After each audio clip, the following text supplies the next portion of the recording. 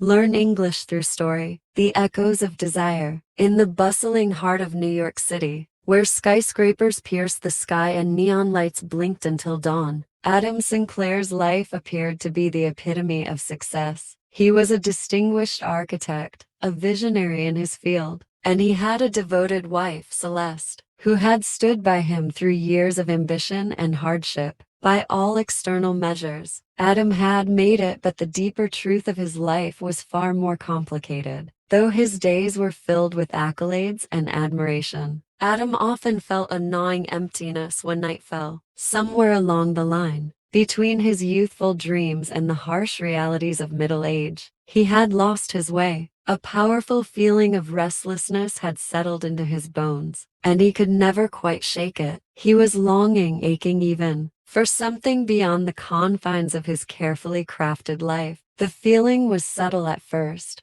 but it began to consume his every thought. He craved freedom, unpredictability, and the kind of passion he had only glimpsed in stolen glances and passing fantasies. Though he loved Celeste deeply, Adam was haunted by a nagging feeling that perhaps he had compromised some essential part of himself by choosing stability over adventure, love over lust. This dangerous yearning led him to Elise Duval, a woman whose life seemed to embody all the mystery and excitement he craved. Elise was a high-profile art dealer who moved through New York's elite circles with an air of sophistication that seemed out of reach, yet tantalizingly close. Her laughter was infectious, her charm irresistible, and her eyes held a promise that Adam could not ignore. Their first encounter was at a gala, where Elise caught him staring at a painting. "Art is like love," she said, sidling up to him. "It can make us feel things we didn't even know we were capable of." Her words, though simple, struck a deep chord in Adam. He was captivated, drawn into a magnetic pull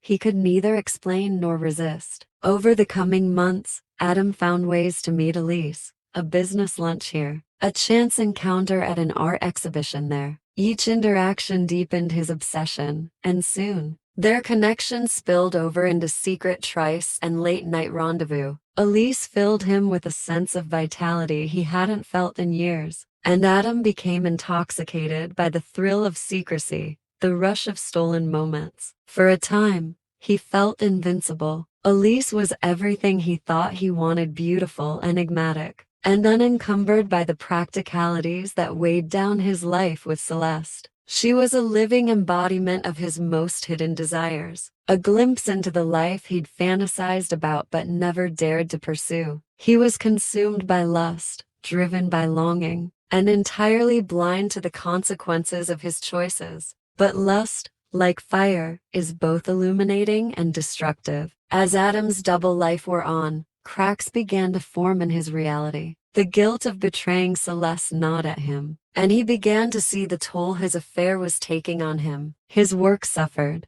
and his once steady reputation in the architecture world faltered. Elise, too, began to reveal a different side, one that was less about passion and more about ambition. Slowly, Adam began to see that she was as hungry as he was, but for different things. Elise wanted power and influence, and she saw Adam as a means to that end. Their relationship became transactional. What had once been exhilarating now felt suffocating, and Adam began to resent the very thing he had once craved. He was drowning in the life he'd thought would free him, and the walls he had constructed around himself felt more like a prison than the liberating escape he had envisioned. One evening, Adam found himself in a bar, nursing a drink and staring at his reflection in the mirror behind the counter. He saw a man he barely recognized, haunted, worn, and lost. The thrill was gone, replaced by a bitter emptiness that nothing seemed to fill. He realized,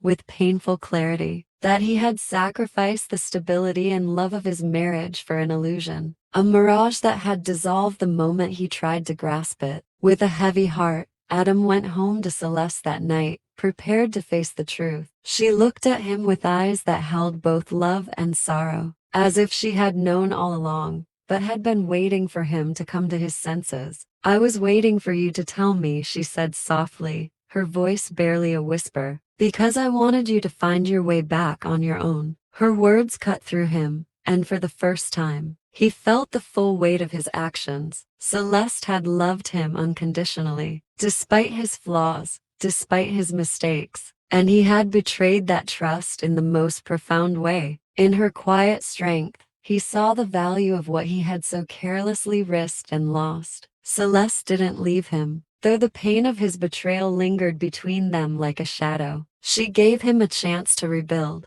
to prove himself worthy of the love he had taken for granted. But the journey was not an easy one. It took years of humility, patience, and unwavering commitment for Adam to mend the fractured trust between them. In time, Adam came to understand that the longing he had felt was never about Elise or freedom or adventure. It was about the parts of himself he had neglected, the dreams he had abandoned in the pursuit of success. His lust had been a symptom of a deeper void, a call to reconnect with his own passions and vulnerabilities, to rediscover who he was beyond his achievements and accolades. As the years passed, Adam found fulfillment not in escaping his life, but in embracing it fully. He poured his energy into his work with a renewed purpose, finding ways to bring beauty and innovation to his projects in ways he hadn't imagined before. And with Celeste, he built a love that was stronger, more resilient,